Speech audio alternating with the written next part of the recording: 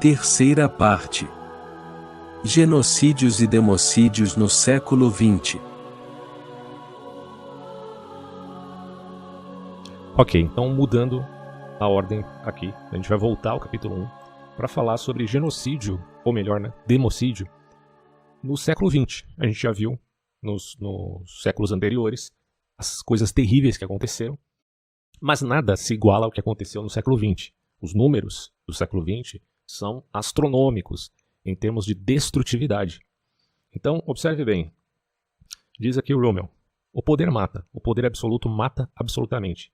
Este novo princípio de poder é a mensagem que emerge de meu trabalho anterior sobre as causas da guerra, e este livro sobre genocídio e assassinatos em massa do governo, ou dos governos, a que chamamos de democídio.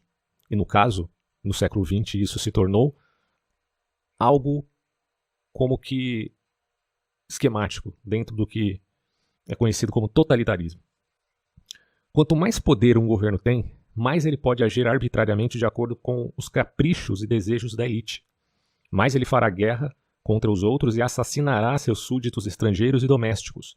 Quanto mais restrito for o poder dos governos, mais difundido, controlado e equilibrado, menos agredirá os outros e cometerá democídio. Então, a ideia máxima aqui é: não dê tanto poder ao Estado como se pensava ali a premissa contratualista de Thomas Hobbes. Se bem que o Leviatã de Thomas Hobbes nem se compara, número, gênero, grau, ao que nós vimos no século XX.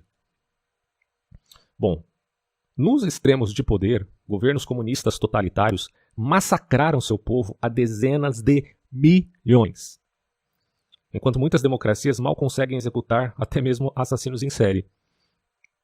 No comunismo, pelo menos na tentativa de implantá-lo, quem morria e era condenado à morte eram os inocentes. Essas afirmações são extremas e categóricas, mas também o são as evidências acumuladas nesta obra, Morte pelo Governo, que a gente está lendo. Depois ele tem uma obra, Estatísticas do Democídio, que é uma obra complementar também, que valeria a pena adquirir. A Morte pelo Governo, ela tem, se não me engano, quase 500 páginas, mas ele ainda faz o complemento depois. Bom, considere a Primeira Guerra. A tabela 1.1 mostra a ocorrência de guerra entre nações desde 1816. Em nenhum caso houve uma guerra envolvendo ação militar violenta entre democracias estáveis. Isso aqui eu já mostrei, essa tabela, inclusive eu já mostrei em outros vídeos, aqui onde eu falei sobre o Rummel. Embora tenha combatido, como todos sabem, não democracias. Então é difícil acontecer isso de uma democracia para com outra democracia. Mas não é estranho que aconteça isso de países autocráticos contra democracias ou outros países autocráticos. A maioria das guerras ocorre entre não democracias. Ponto. Isso aqui é uma... não tem como a gente falar aqui de necessidade, de caráter necessitarista, certo? Nesses termos. Porque não estamos reféns do argumento indutivista. Porém, geralmente é assim que acontece. Geralmente é assim que acontece, certo? A maioria das guerras ocorre entre não democracias. De fato, temos aqui um princípio geral que está ganhando aceitação entre os estudantes de relações internacionais e guerra. Ou seja, as democracias não fazem guerras umas às outras. Ou, de novo, é o que eu tinha dito, não necessariamente. Tá? Pode haver exceções que você veja isso acontecendo no futuro. A isso eu acrescentaria, diz ele, que quanto menos democráticos forem os dois estados em peleja, maior a probabilidade de eles lutarem entre si. Tem um nível de democracia maior ou menor. Essa beligerância do poder desenfreado não é um artefato nem de um pequeno número de democracias, nem de nossa época. Por um lado, o número de estados democráticos em 1993 é de cerca de 75, ou também levando em conta 48 territórios relacionados, cerca de um quarto da população mundial. No entanto, não tivemos nenhuma guerra, nenhuma entre eles. Também não há ameaça de guerra. Eles criam um oásis de paz. Além disso, isso também é historicamente verdadeiro para as democracias. Se alguém relaxa a definição de democracia para significar simplesmente a restrição do poder pela participação das classes média e baixa na determinação dos detentores de poder e na formulação de políticas, então tem havido muitas democracias ao longo da história. E se, considerando as democracias gregas clássicas, as democracias florestais da Suíça medieval, ou as democracias modernas, elas lutaram ou não entre si, dependendo de como a guerra e a democracia são definidas, alguns podem preferir dizer que raramente lutaram ou lutam entre si. Okay?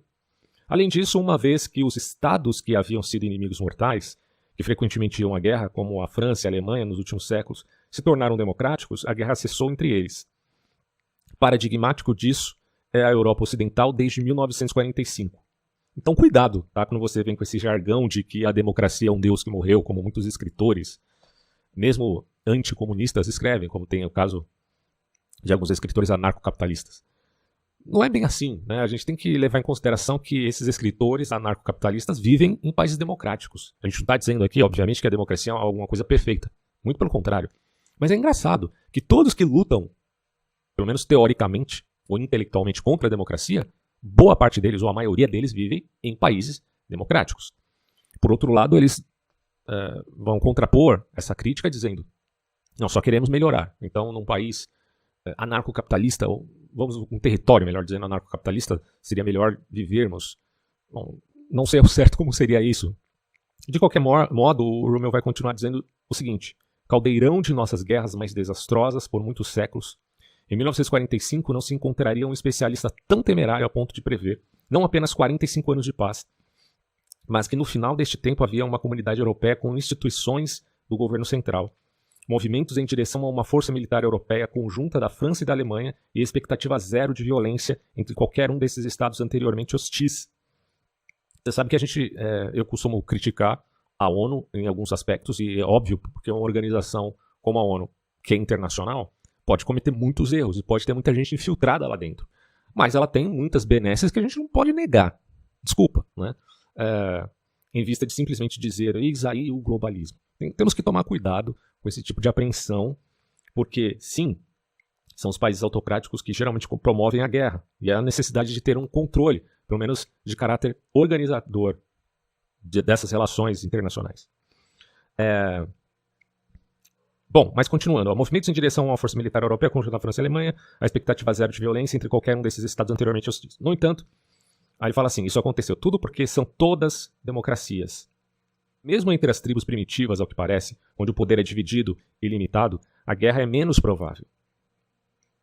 Então, a questão não é necessariamente falar de democracia como a regra última e perfeita. Não é perfeita. O que a gente está falando aqui, na verdade, é talvez a máxima liberal que diz: não dê poder total ao Estado.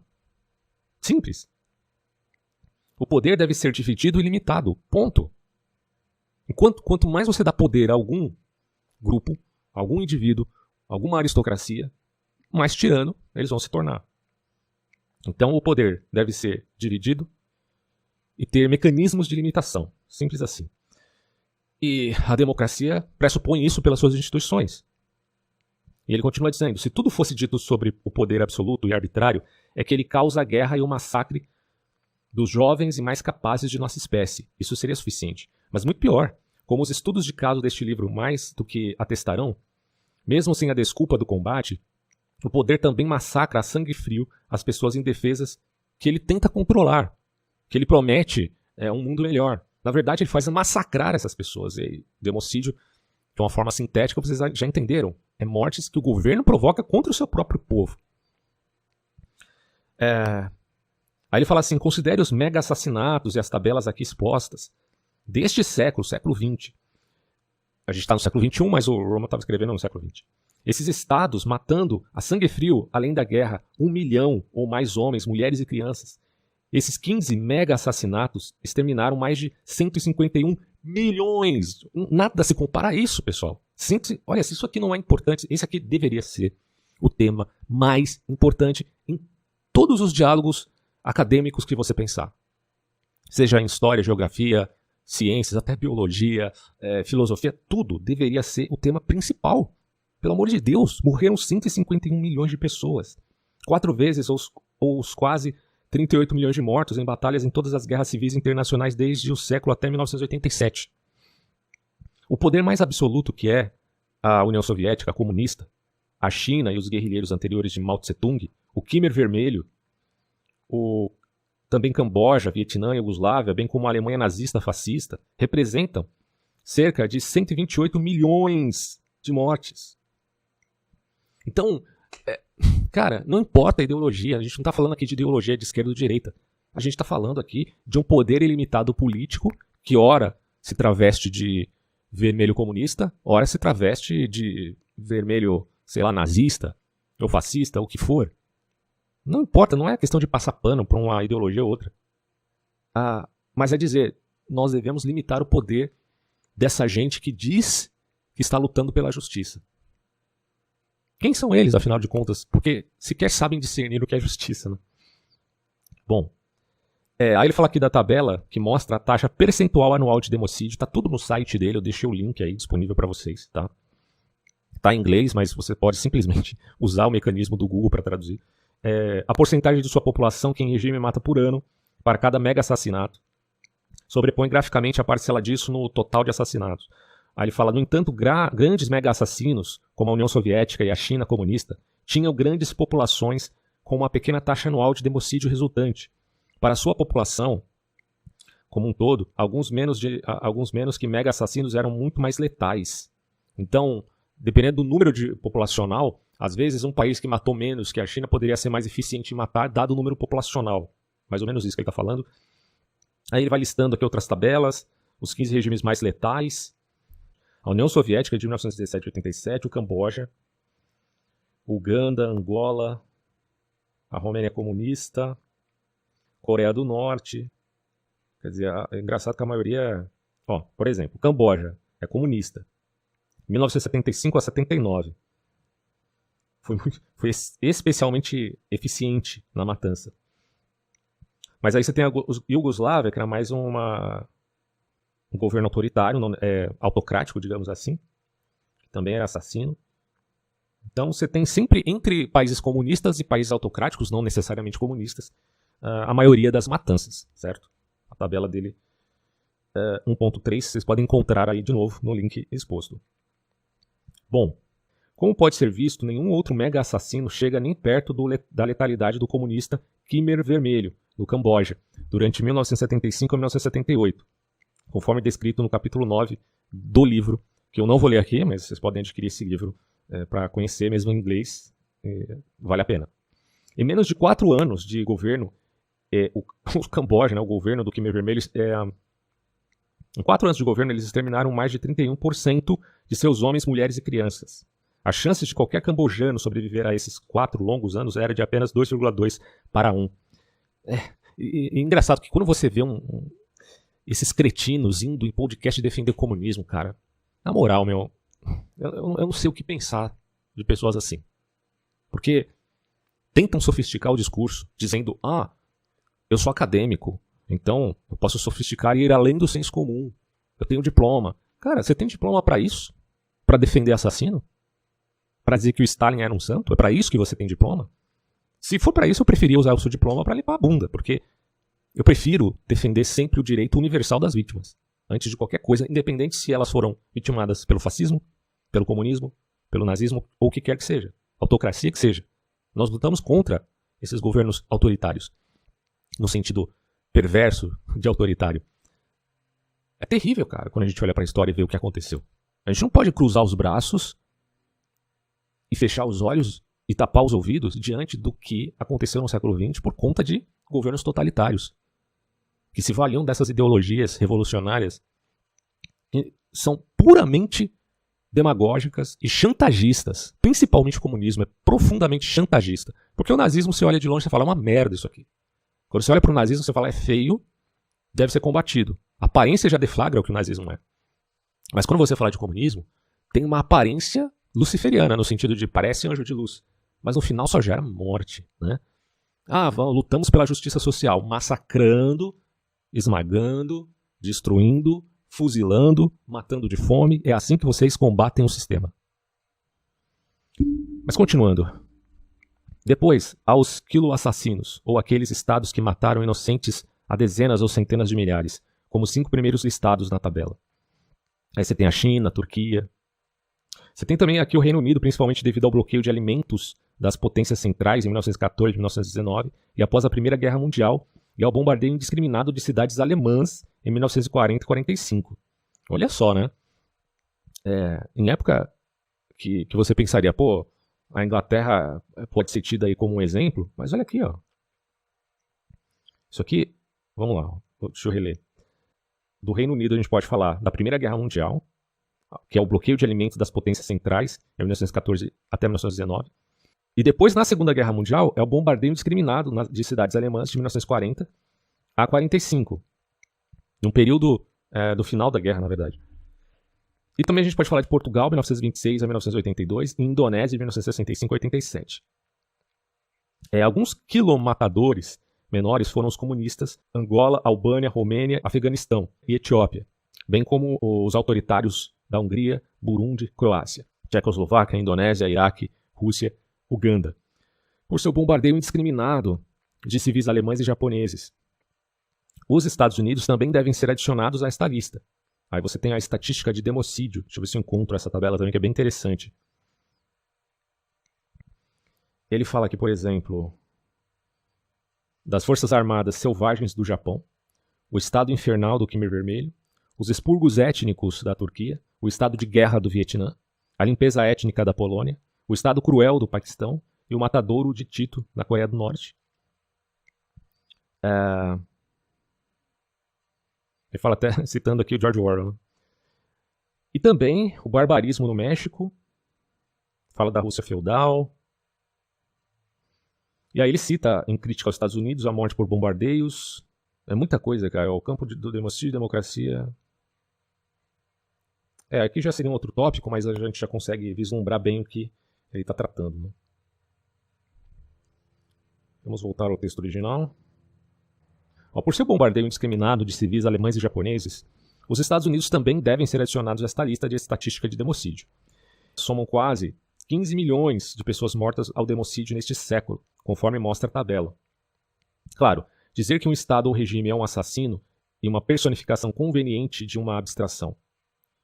É uma personificação conveniente de uma abstração. Os regimes são, na realidade, pessoas. É porque a gente está usando... Quando a gente fala, parece uma coisa muito metonímica, né? Os Estados Unidos fizeram isso. Tá? O governo de então dos Estados Unidos, que é um governo democrático, que, vamos colocar assim, 4 em 4 anos, pode mudar o presidente ou não, e que é uma pluripartidária, certo? Assim como é no Brasil, em outros governos, é mais fácil de você considerar que uma nação assim não é necessariamente sempre um agente de destruição e democídio. Diferentemente do que foi, por exemplo, uma União Soviética dominada por décadas a fio de um tirano, como era o Stalin. Então, o governo muda, então muda também sua disposição, é uma coisa óbvia. Né? Muda seus interesses, muda, pelo menos em parte, mudaria. Né? Considerando que não é um unipartidarismo, como é na China, por exemplo. Então, essas disposições podem mudar. Por isso que ele está deixando claro aqui que o argumento dele não é necessariamente metonímico, né? Porque os regimes são, na realidade, pessoas com poder de comandar toda uma sociedade. São essas pessoas que cometeram os mega-assassinatos de nosso século. E não devemos perder sua identidade sobre a abstração de o Estado, o regime, o governo, o país, ou o comunista. Né? Ele fala assim, a tabela também lista os homens mais notórios e singularmente responsáveis pelos mega-assassinatos desse século.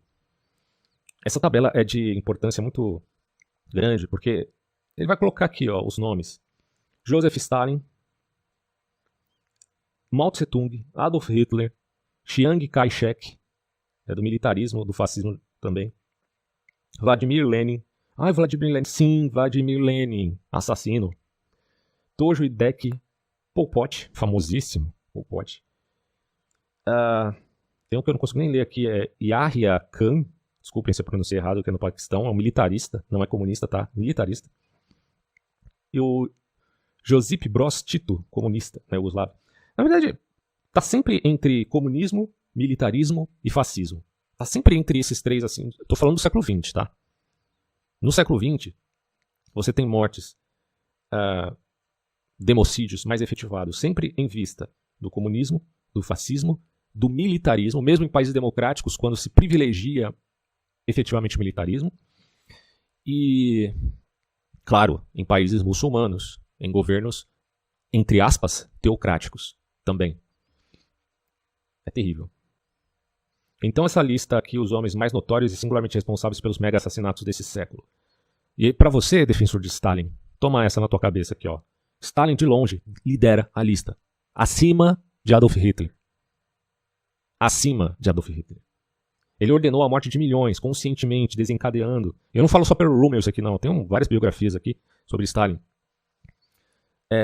Ele ordenou a morte de milhões, conscientemente, desencadeando eventos que levaram à morte de milhões de pessoas e como sendo o ditador supremo, tirano. Foi responsável pela morte de outros milhões de seus próprios capangas.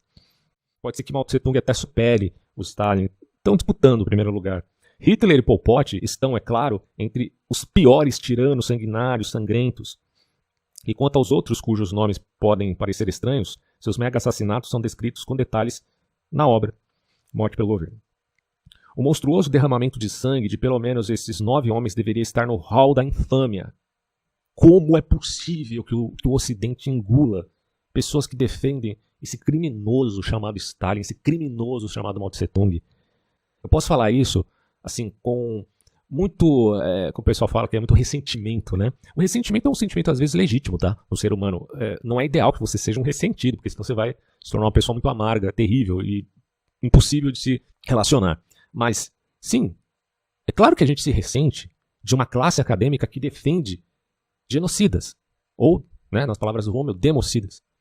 Não, assim, é inimaginável, cara. Aí você percebe que essas pessoas estão pouco se lixando para a realidade per se, ou a verdade.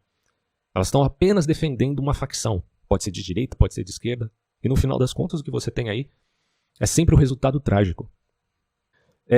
Aí eu continuo dizendo aqui, ó, os principais e mais conhecidos episódios e instituições pelos quais esse e outros assassinos foram responsáveis está listado em outra tabela, ele vai citando aqui. Muito acima de tudo está o Gulag. O Gulag, G-U-L-A-G, não confundir com os Kulaks. O sistema de trabalho escravo soviético criado por Lenin. Quem criou foi o Stalin? Não, foi o assassino Lenin.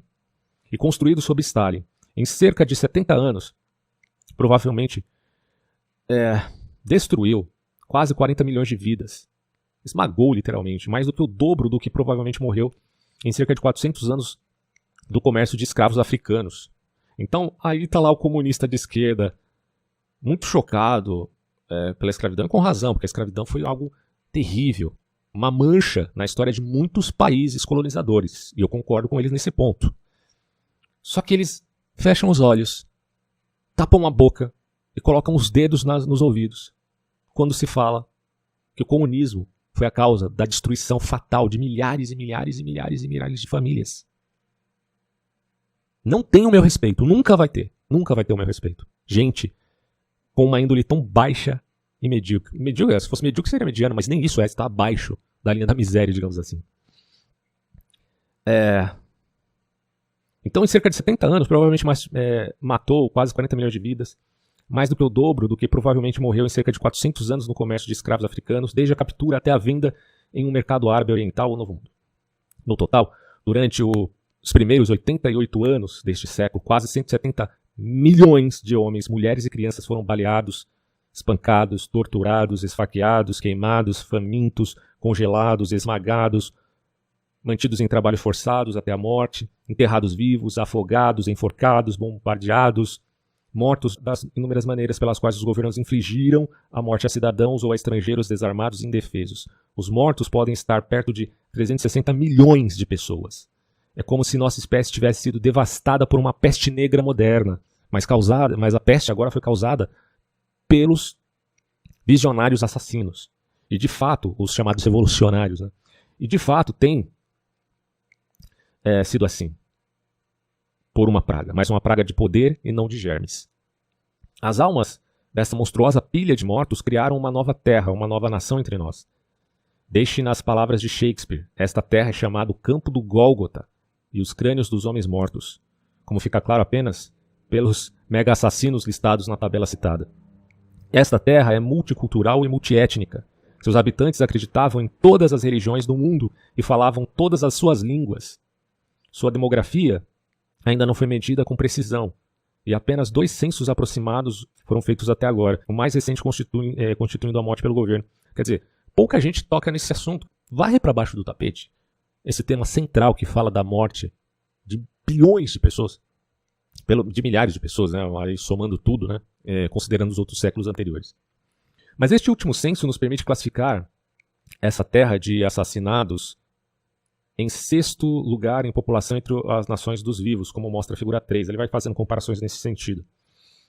Esse censo e as estimativas dos exploradores também nos permitem estimar a composição racial e étnica do Gólgota, retratado na figura 1.4. Você tem 30% de chineses, 2% de cambojanos, 4% de poloneses, 4% de germanos, ucrânios 6%, russos 24%. No fundo, quem sofreu mesmo, considerando o número de matança, ao que parece aqui foram os chineses. Tá? É surpreendente. Será que vai haver uma retratação? Uma retratação histórica, como a esquerda gosta de falar de retratação histórica? Vamos ver. Os chineses compõem 30% de suas almas, com russos em seguida com 24%. Depois há uma porcentagem muito menor de ucranianos. Quer dizer, aí você tem uma Rússia hoje, governada por um megalomaníaco chamado Vladimir Putin, que tem até gente defendendo por aí. E esse megalomaníaco gosta de elogiar, sabe quem? O Stalin. O mesmo que ceifou, o ceifador das almas russas, dos próprios russos. Aí ele fala assim, depois há uma porcentagem muito menor de ucranianos, 6%.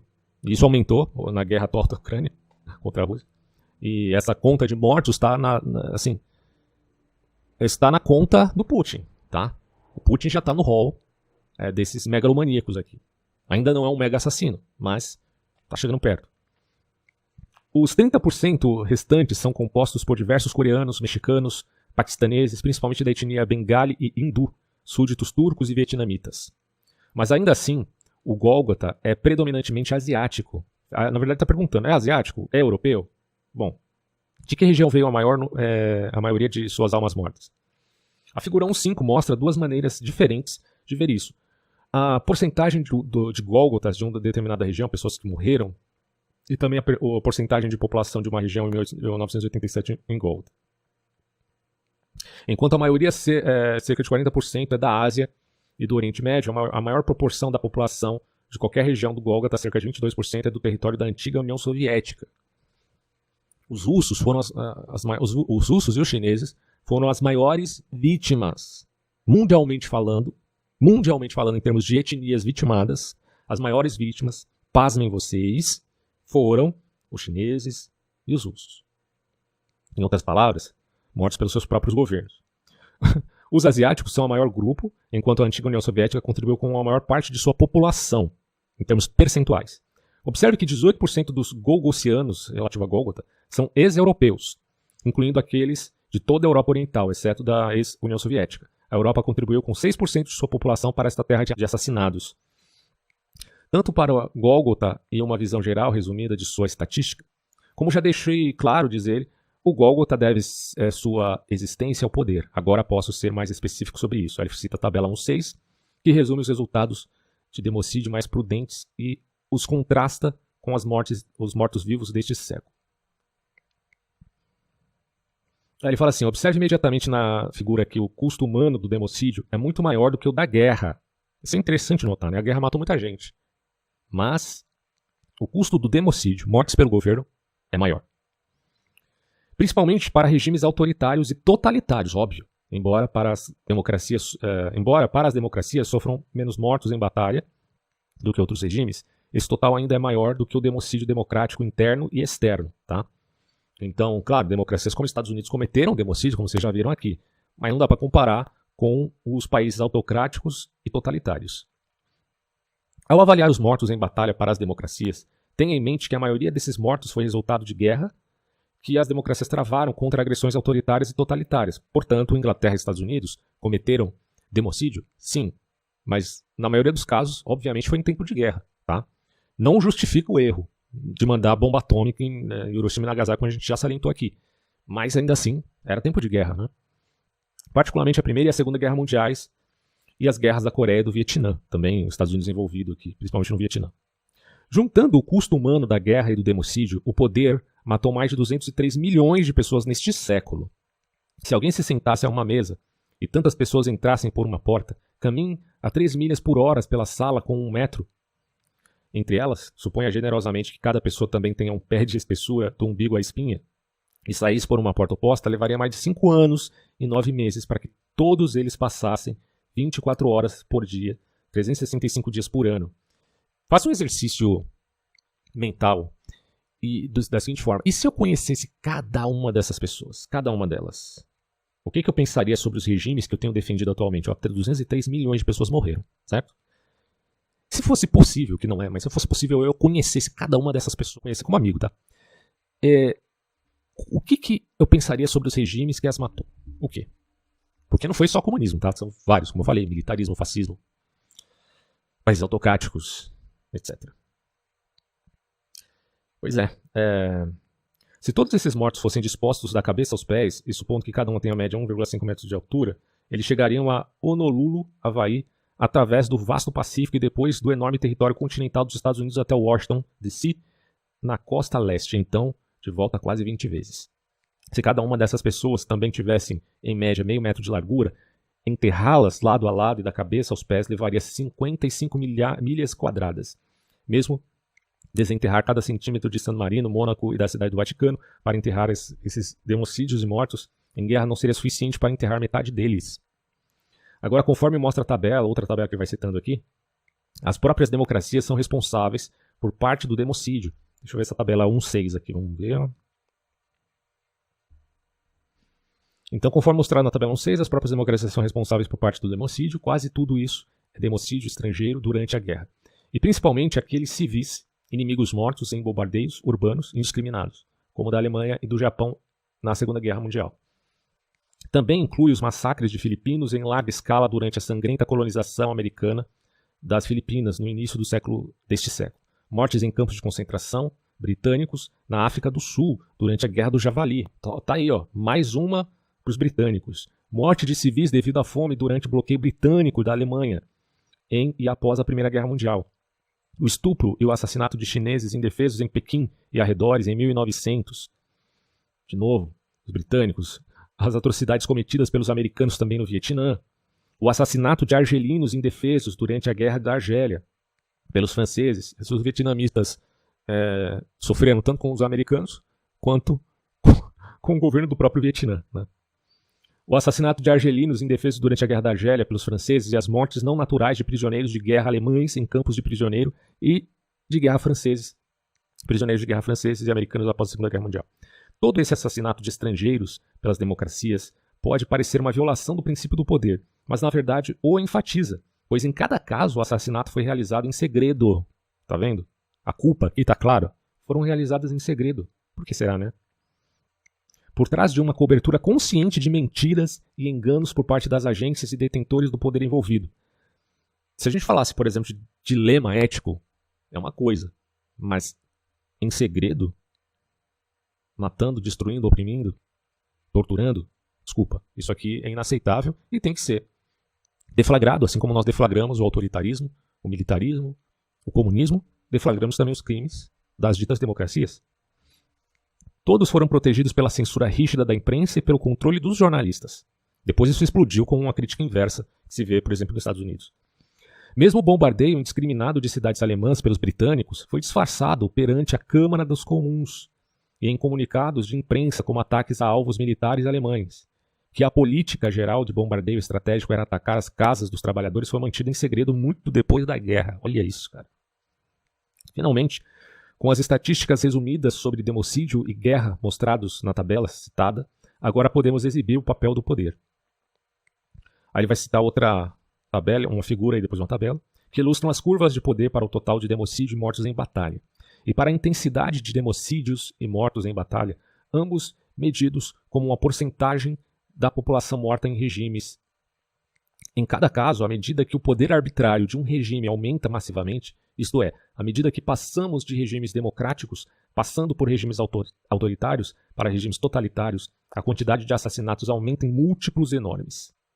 Mas duas figuras exibirão a pura letalidade do poder. A figura 1.8 e 1.9 que ele vai citar aqui. Mostra a proporção de mortos de guerra e democídio contabilizados pelo poder autoritário ou totalitário juntos e compara isso com os mortos democráticos. Por toda essa matança neste século, o democídio e a guerra pelas democracias contribuíram, ou vamos colocar assim, contribuem com apenas 1 e 2,2% respectivamente do total. Então, pesamos a crítica sobre as democracias que cometeram crimes? Sim. Porém, olha isso, o democídio e a guerra pelas democracias contribuíram apenas com 1 a 2,2% do total de mortes por democídio. Dá para comparar com países totalitários? Autocráticos? Fascistas ou comunistas? Não dá, né? Daí ele vai falar aqui de outra figura, 1.9, uma das comparações mais importantes sobre o democídio e poder em morte pelo governo, é mostrada a gama de estimativas de democídio para cada nível de poder do regime. Conforme mencionado no prefácio, diz o autor, coletei mais de 8.100 estimativas de democídio de mais de 1.000 fontes para chegar a um mínimo e um máximo absolutos de democídio cometidos por 219 regimes ou grupos. É altamente improvável que o democídio real esteja abaixo ou acima desse intervalo. Os totais que foram exibidos nas figuras anteriores foram a soma dos totais médios determinados conservadoramente neste intervalo, que são mostrados na figura 1.9, que apresenta para cada tipo de regime como autoritário é o intervalo resultante da soma de todos os baixos e altos por todos os democídios de todos os regimes desse tipo. A diferença entre os 3 intervalos resultantes desenhados na figura só pode ser entendida em termos de potência. À medida que o poder arbitrário dos regimes aumenta da esquerda para a direita na figura, o alcance de seu democídio salta de acordo e em tal extensão que o baixo democídio para o regime autoritário está acima do alto democrático, e o alto autoritário está abaixo do baixo totalitário. Então, pessoal, o poder mata, e o poder absoluto mata absolutamente. Quanto pior, quanto mais totalitário, pior, é óbvio. O que, então, pode ser dito dessas supostas causas ou fatores na guerra? E quanto às diferenças étnico-culturais, conflito de exogrupo, percepção errônea, frustração, agressão, privação relativa, imperativos ideológicos, desumanização e competição por recursos, etc.? Bom, em um momento ou outro, para um regime ou outro, um ou mais desses fatores desempenham um papel importante no democídio. Então, ideologia, desumanização, competição por recurso, privação, frustração, percepção errônea, tudo isso contribui para o democídio, não é só o aspecto ideológico. Alguns são essenciais para a compreensão de alguns genocídios, como o de judeus ou armênios. Algum politicídio, como o de inimigo do povo, inimigos do povo, burguesia e clero, alguns massacres, como o de grupos étnicos religiosos concorrentes, ou algumas atrocidades, como aquelas cometidas contra aldeãos pobres e indefesos por soldados vitoriosos. Mas, então vizinhos a serviço do poder mataram vizinhos, pais mataram seus filhos, pessoas sem rosto e desconhecidas foram mortas por cota. Se você estudar um pouco, eu tenho inclusive um vídeo sobre o genocídio em Ruanda, em 1994, onde uma etnia de Ruanda matou o outro grupo. Eles eram basicamente iguais, assim, mas era uma briga tribal. Que coisa, cara. Vejam esse vídeo depois, tá disponível na minha playlist aí. Bom, aí ele diz assim, mas então vizinhos de serviço do poder mataram vizinhos. É a questão, de novo, da Ruanda, lá os Hutus matando os Tutsis. Pais mataram seus filhos, pessoas sem rosto e desconhecidas foram mortas por cota. É difícil encontrar uma raça, religião, cultura ou grupo étnico distinto cujo regime não tenha assassinado a si próprio ou a outros, dentro dessas estatísticas. Essas causas ou fatores específicos aceleram a probabilidade de guerra ou democídio quando algum evento desencadeador ocorre e o poder absoluto ou quase absoluto está presente. Se o poder absoluto está presente, então as chances são maiores para esses crimes. Ou seja, o poder é uma causa necessária para a guerra ou para o democídio. Aí vem esses, como Nietzsche e Marx, que dizem que a guerra é a parteira da história. Muito bonito na teoria, né? É fácil você escrever aforismos lindíssimos, poéticos, mas na prática, quem sofre é aqueles que são vitimados. Bom, quando a elite tem poder absoluto, a guerra ou o democídio segue um processo comum, que eu chamo de a hélice do conflito. Em qualquer sociedade, inclusive a internacional, as relações entre indivíduos e grupos são estruturadas por contratos sociais determinados por conflitos anteriores, acomodações e ajustes entre eles. Esses contratos sociais definem uma estrutura de expectativas que orientam e regulam a ordem social, incluindo o poder. E essa estrutura é baseada em um equilíbrio particular de poderes, entendido como um equilíbrio de interesses, capacidades e vontades entre indivíduos e grupos, ou seja, conflitos anteriores e possivelmente violência determinam um equilíbrio de poderes entre indivíduos e grupos concorrentes e uma estrutura congruente de expectativas, como por exemplo uma guerra ou revolução termina em um novo equilíbrio de poderes entre nações ou grupos e um tratado de paz ou constituição associada. No entanto, o poder relativo nunca permanece constante. Ele muda conforme os interesses, capacidades e vontades das partes que geram as mutações. A morte de um líder carismático, a indignação de grupos significativos, a perda de apoio estrangeiro por grupos externos, a entrada em guerra e a consequente liberdade da elite para usar a força sobre o disfarce da necessidade do tempo de guerra, e assim por diante, podem significativamente alterar o equilíbrio de poder entre os grupos. Onde tal mudança de poder é a favor da elite governante, o poder pode agora atingir seu potencial. Onde também a elite criou frustrações em relação àqueles que perderam o poder ou ainda assim se sentem ameaçados por eles, onde os veem como fora do universo moral, onde os desumanizaram, onde o grupo externo é cultural ou etnicamente distinto, a elite os percebe como inferiores, ou onde quaisquer outros foram, ou quaisquer outros fatores estiveram presentes, o poder atingirá seu potencial assassino. Simplesmente espera por uma desculpa, algum acontecimento, um assassinato, um massacre em um país vizinho, uma tentativa de golpe, uma fome ou um desastre natural que justifique o início do assassinato em massa. A maioria dos democídios ocorre sob a cobertura de guerra, revolução ou guerra de guerrilha ou em suas consequências. O resultado de tal violência será um novo equilíbrio de poderes e um contrato social correspondente. Em alguns casos, isso pode acabar com o democídio, como pela eliminação do grupo inferior, como dos armênios pelos turcos. Em muitos casos, isso subjugará e amedrontará os sobreviventes, como os ucranianos que sobreviveram à campanha de coletivização de Stalin e à fome intencional. E felizmente hoje os ucranianos estão lutando contra a tirania do Putin, do Vladimir Putin, porque se eles permitissem, né, se fosse um povo fraco e permitissem que o Putin dominasse aquele território, o que seriam deles, uma vez não aceitando essa mesma tirania? E aí ele diz assim, em alguns casos isso estabelece um novo equilíbrio de poder tão inclinado para a elite que eles podem continuar a matar à vontade durante seu reinado. O assassinato como política pública passa a fazer parte da nova estrutura de expectativas da nova ordem social. Então você vai um comunista aí no seu podcast, pergunta para ele o que ele acha da instituição do assassinato. O assassinato como política pública, geralmente nesses regimes, como diz aqui, repito, passa a fazer parte da nova estrutura. Considere as ordens sociais de Hitler, Stalin, Mao Tse-tung, Pol Pot e seus capangas.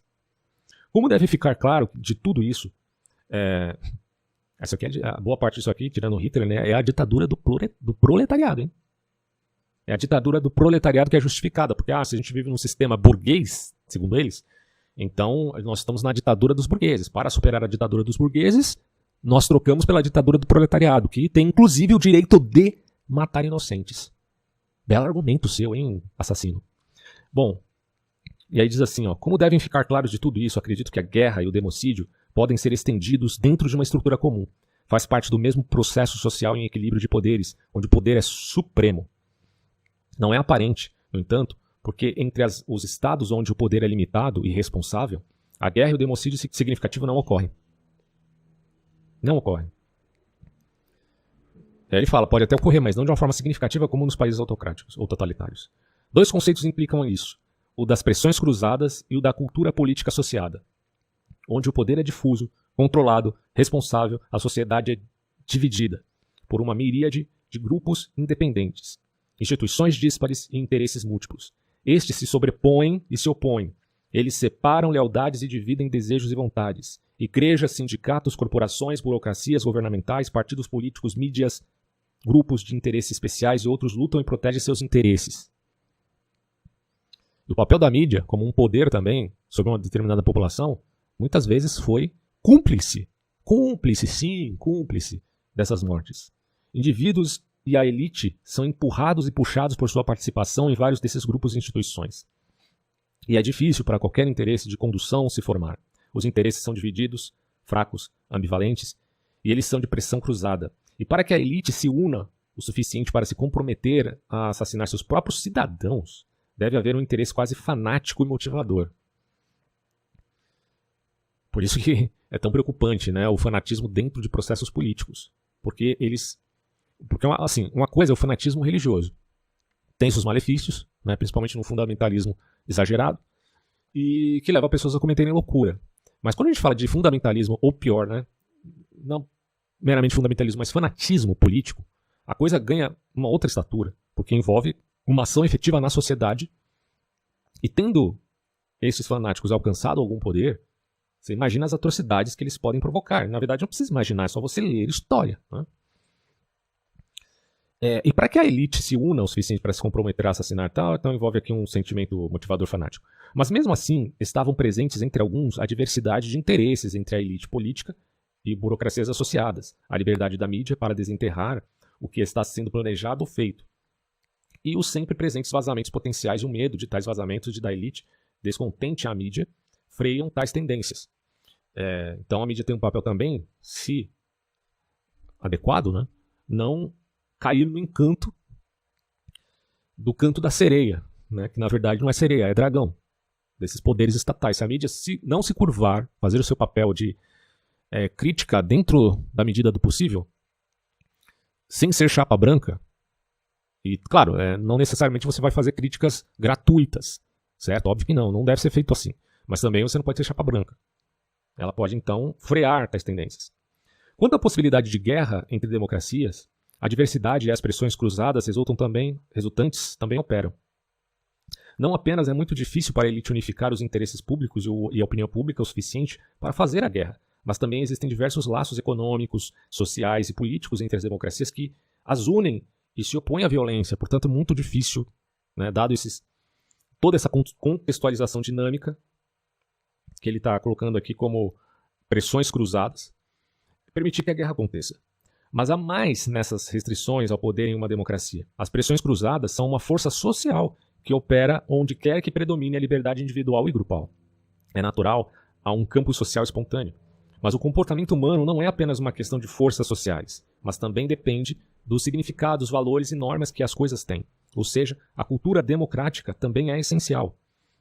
Quando o poder é controlado e responsável, quando as pressões cruzadas limitam a operação do poder, uma cultura democrática particular se desenvolve. E essa cultura envolve debate, manifestações, protestos, mas também negociação, compromisso e tolerância. Não é a intolerância apregoada pela cultura woke que nós temos nos Estados Unidos e em boa parte da Europa e aparecendo no Brasil. Não é esse tipo de intolerância cultural que eles fazem, em vista de defender, né, o arcabouço multicultural. Não, é a tolerância propriamente dita, como ênfase, contra, aí sim, a intolerância, por exemplo, do preconceito, do racismo. E ele fala assim, envolve as artes da resolução de conflitos e a aceitação de procedimentos democráticos em todos os níveis da sociedade. A cédula substitui a bala. E, particularmente, pessoas e grupos passam a aceitar uma perda neste ou naquele interesse como apenas um resultado infeliz da maneira como o jogo legítimo é jogado. Perder hoje, ganhar amanhã. Então, se você perdeu as eleições, você não vai fazer uma convulsão social para derrubar o governo vigente. Você não vai fazer isso. Você vai simplesmente ser oposição para uma próxima eleição disputar novamente. Mas tem gente que não entendeu isso ainda, né? Que a elite política democrática matasse oponentes ou cometesse genocídio por alguma política pública é impensável, embora isso possa ocorrer nos cantos isolados e secretos do governo, onde o poder ainda pode espreitar. No sentido que você pode ter uma tamanha corrupção, ou uma quadrilha no poder democrático, que possa cometer atrocidades em segredo. Óbvio que pode acontecer, isso vai ser deflagrado. Como acontecia com o PT, e foi deflagrado pela Lava Jato, mas eles conseguiram reverter isso mediante todo esse esquema. Né? Eles falam que tomaram um golpe, mas eles deram um contra-golpe. Né? Essa que é a realidade. Bom, mesmo insultar publicamente e desumanizar grupos externos nas democracias modernas tornou-se um mal social e político. Testemunhe a potencial atual de alegações como racismo ou sexismo. É claro que a cultura da democracia também opera entre as democracias. A diplomacia negociando em meio termo, buscando interesses comuns, faz parte do meio operacional entre as democracias. Uma história política detalhada do crescimento da comunidade europeia mostraria isso. Uma vez que cada democracia toma como certa a legitimidade da outra e seus interesses, o conflito então é apenas um processo de aprendizado e ajuste não violento entre eles. As conferências, não a guerra, são os instrumentos para resolver as disputas. Em suma, então, onde existe o poder absoluto, os interesses se polarizam. Uma cultura da violência se desenvolve e a guerra e o democídio se seguem. A equação não é tão difícil de entender. Somente neste século, pela contagem atual, o poder totalitário absoluto assassinou cerca de 138 milhões de pessoas, conforme a tabela 1.6 já citada. Mais de 14 milhões de seus súditos morreram em batalha e em suas guerras, onde entre os estados o poder é limitado e responsável, os interesses são pressionados e uma cultura de não violência se desenvolve. nenhuma guerra ocorreu e comparativamente poucos cidadãos foram assassinados pela elite governante. E mesmo a maioria dos mortos é questionável. Cerca de 90% dos cidadãos mortos pelas democracias foram pela marginalmente democrática espanhola, né? Durante a Guerra Civil de 1936 até 1939. Índia e Peru durante sua luta contra os guerrilheiros comunistas do Sendero Luminoso. Então você tem esses exemplos, mas democracias de caráter marginal, como ele diz. Essa imagem do poder e seus custos humanos é nova, portanto. Poucos estão cientes do democídio absoluto que foi infligido a nossos semelhantes. E isso é um absurdo, assim, é uma coisa terrível. As pessoas não estão sendo educadas com esses fatos históricos para poder então ver qual é a equação do mal do democídio. E não estar ciente disso é correr o risco de cometer os mesmos erros. E no Brasil, um país de analfabetos funcionais, é terrível, porque as pessoas vão cair na lábia de gente mal intencionada. Seja de direita, de esquerda, de centro, o que for, cara. Bom, que Hitler assassinou milhões de judeus é de conhecimento comum. Que ele assassinou cerca de 21 milhões de judeus, eslavos, ciganos, homossexuais, franceses, bálticos, tchecos e outros é praticamente desconhecido. Hoje até que não, né? Na época que o Rommel estava escrevendo isso, pode ser que sim, mas hoje isso tem sido bastante enfatizado, né? Que o nazismo não perseguiu só judeus, ele perseguiu outros grupos. Testemunhas de Jeová, ciganos, homossexuais e várias outras etnias, né? Outros povos, como os franceses e tchecos. Da mesma forma, o fato de Stalin ter assassinado dezenas de milhões está se tornando amplamente apreciado, mas por alguns está sendo sufocado, né? Mas que Stalin, Lenin e seus sucessores assassinaram quase 62 milhões de cidadãos soviéticos e estrangeiros é pouco compreendido fora da União Soviética, onde números semelhantes estão sendo amplamente publicados. Aqui no Brasil, tem gente simpática a esse assassino chamado Stalin, eu repito aqui porque isso me deixa muito indignado. Vociferam contra o genocídio provocado pelos fascistas, com razão. Mas ficam calados diante do democídio praticado pelos governos russos. Isso aqui não é... Assim, são dois pesos e duas medidas de uma forma que beira o cúmulo da arrogância. E o Rommel vai dizer depois, a China de Mao Tse-tung, que tem gente defendendo esse desgraçado desse Mao Tse-tung também. A China de Chiang Kai-shek, o Japão militarista, o Paquistão de Yahya Khan, não sei se pronunciei certo esse nome, o Camboja de Pol Pot e outros listados na tabela já citada, 1.4. Como vimos, o assassino mais eficaz, Pol Pot, que mataram milhões. Mesmo aqueles estudiosos do genocídio que tentaram tabular tais assassinatos em todo o mundo subestimaram grosseiramente o número de vítimas. Sabe-se lá a intenção porque fizeram isso. A melhor e mais recente contabilidade chegou a não mais de 16 milhões de mortos em genocídio e politicídio desde a Segunda Guerra Mundial. Mas essa estimativa não cobre nem metade dos cerca de 35 milhões de pessoas provavelmente assassinadas apenas pelo Partido Comunista da China em 1949 e 87. Além disso, até mesmo o preço da guerra em si não é bem compreendido. Muitos estimam que a Segunda Guerra Mundial, por exemplo, matou 40 milhões a 60 milhões de pessoas. Mas o problema com esses números é que eles incluem dezenas de milhões de mortos em democídio também. Então, você tem que fazer uma diferença aqui entre o que é morte da guerra, propriamente dita, e o que é democídio, responsabilidade e crime de governo, sejam eles autoritários, vamos colocar na escala, sejam eles democráticos, autoritários, autocráticos ou totalitários. Ele fala assim, também devo mencionar o bombardeio indiscriminado de civis pelos aliados, que matou centenas de milhares, e o bombardeio atômico de Hiroshima e Nagasaki. A maioria desses mortos geralmente está incluída entre os mortos na guerra, mas os mortos em batalhas versus os mortos em democídio foram categorias conceituais e teóricas distintas e não devem ser confundidas. Portanto, as pessoas mortas em Hiroshima e Nagasaki são mortos não necessariamente por guerra. Talvez haja uma intersecção aí, mas muito mais por democídio, crime de democídio. O fato de terem sido consistentemente e às vezes intencionalmente confundidos ajuda a aumentar o número de vítimas durante a Segunda Guerra Mundial para cerca de 60 milhões de pessoas, muito acima da estimativa de 15 milhões de mortes em batalha e ação militar. E que a contagem, quase universalmente aceita, de genocídio durante este período também não passa de 6 milhões de judeus, cerca de 13% do total de democídio em tempos de guerra, confundiu, portanto, ainda mais nossa pesquisa e pensamento.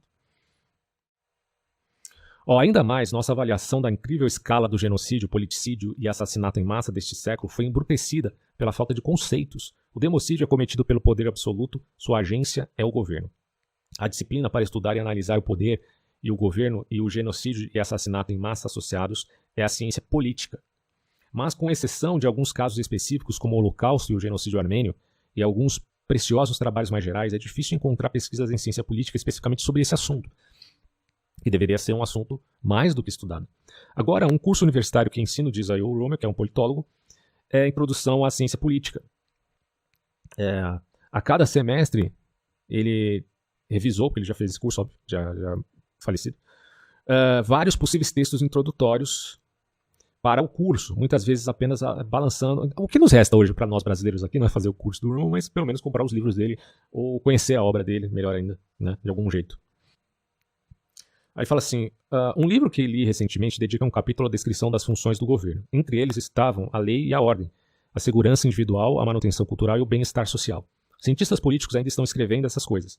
Quando temos numerosos exemplos de governos que matam centenas de milhares e até milhões de seus próprios cidadãos, escravizam o resto e abolem a cultura tradicional, você vê que aqui demorou apenas cerca de um ano para que o Khmer Vermelho, repetindo, né, suprimisse completamente o budismo, que tinha o coração e a alma da cultura cambojana. E o budismo é uma religião relativamente pacífica. Teve que suprimir para poder matar tanta gente assim. Quer dizer, uma abordagem sistêmica da política ainda domina o campo. Através dessa lente, a política é uma questão de entradas e saídas, de entradas dos cidadãos, agregação por partidos políticos, governo determinando políticas e burocracias implementando-as. Depois, há a justificativa comum e fundamental do governo de que ele existe para proteger os cidadãos contra a selva anárquica que de outra forma ameaçaria suas vidas e propriedades. Aqui abre o espaço para achar um bode expiatório. E às vezes o bode expiatório era comunista e às vezes era anticomunista, porque teve países que perseguiram, massacraram pessoas comunistas. E aí os comunistas é que foram vítimas e não os agressores. Isso também aconteceu.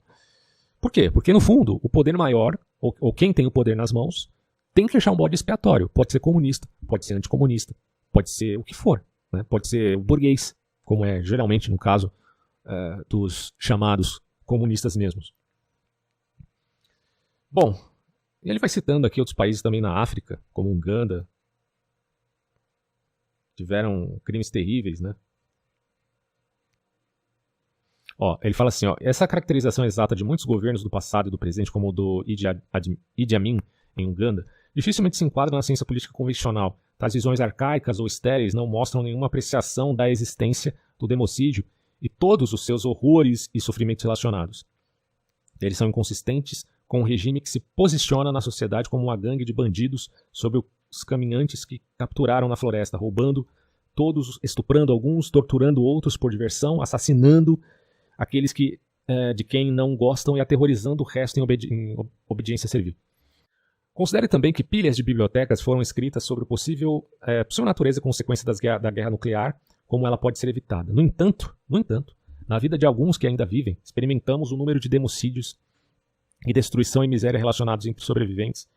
E o democídio tem sido a mão do demônio no mundo inteiro. E não existem estudos mais profundos sobre isso, a não ser de alguns gatos pingados, como o próprio Rommel. O equivalente a uma guerra nuclear. Quer dizer, o número de mortos por democídio equivale a uma guerra nuclear. Porque ele está colocando a coisa aqui entre 360 milhões no final das estimativas. É como se um já tivesse ocorrido, ou seja, uma guerra nuclear. No entanto, que eu saiba, há apenas um livro que trata o custo humano geral dessa guerra nuclear, o Livro dos Mortos do século XX, de Gil Elliot. Vou até printar aqui para buscar depois.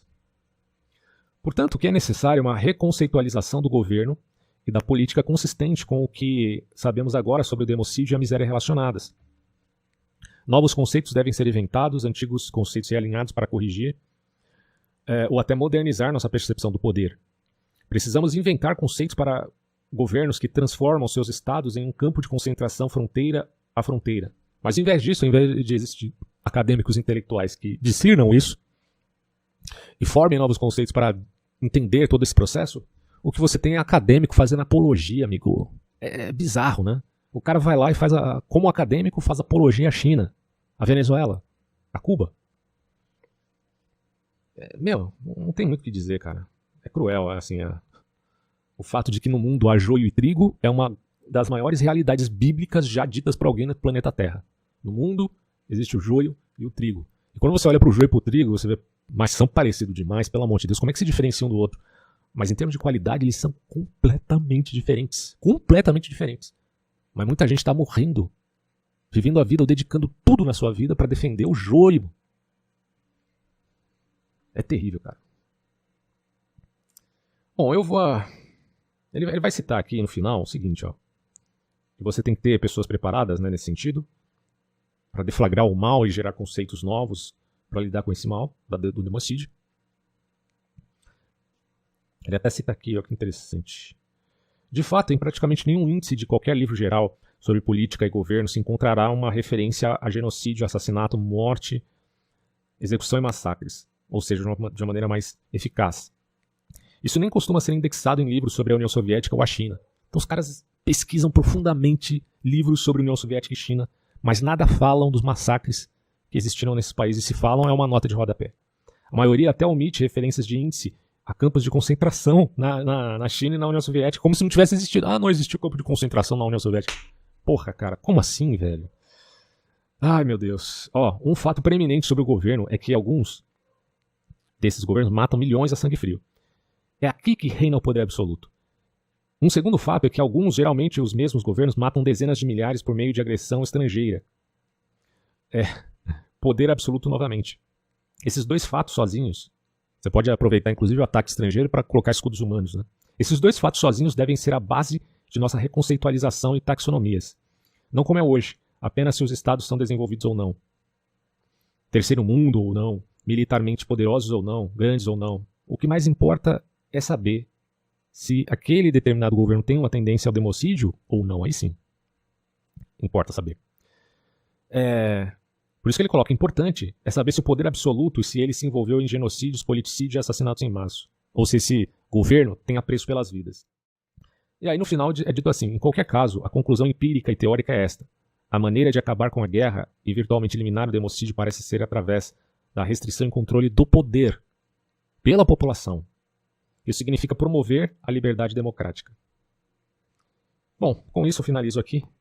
A ideia de todo esse conteúdo é gerar reflexão sobre um tema mais do que importante na história do mundo, que é o poder político e governamental oprimindo os seus governados, seja do seu povo ou de outros povos.